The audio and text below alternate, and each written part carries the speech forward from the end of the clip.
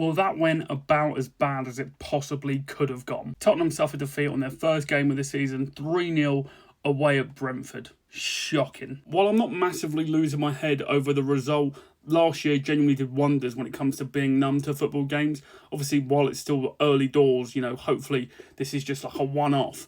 But the one thing that does really, really wind me up today is you can be like outclassed, that's absolutely fine. But to be outfought and outworked so badly, especially in that first half, the second balls, duels, tackles, loose passes, everything was so lackluster from pretty much everyone on the pitch. So regardless of, what changes are going to happen and who's going to come in, the level of energy and effort today, especially in that first half, was shocking. Please bring me Marmoush at all costs. Do you know what I mean? Like, at this point, bring me Marmoush at all costs. Because with Richarlison, I find myself going, well, on his day, he's really good. But when he's off it, he's really bad. Today was one of them days. He was absolutely miles off it today. His hold-up play was absolutely non-existent. Just like it was all of last year, which is a disappointing thing. We relied on Richarlison for his hold-up play last year, and look where that got us. Do you know what I mean? In the nicest way possible. I know he's lovely, he's great on the content, he really loves the club.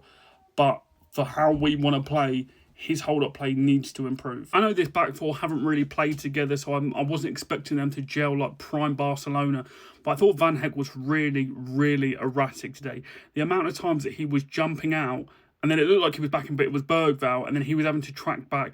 The amount, if he doesn't, when he does jump out, if you play around him, we are going to be in massive, massive trouble.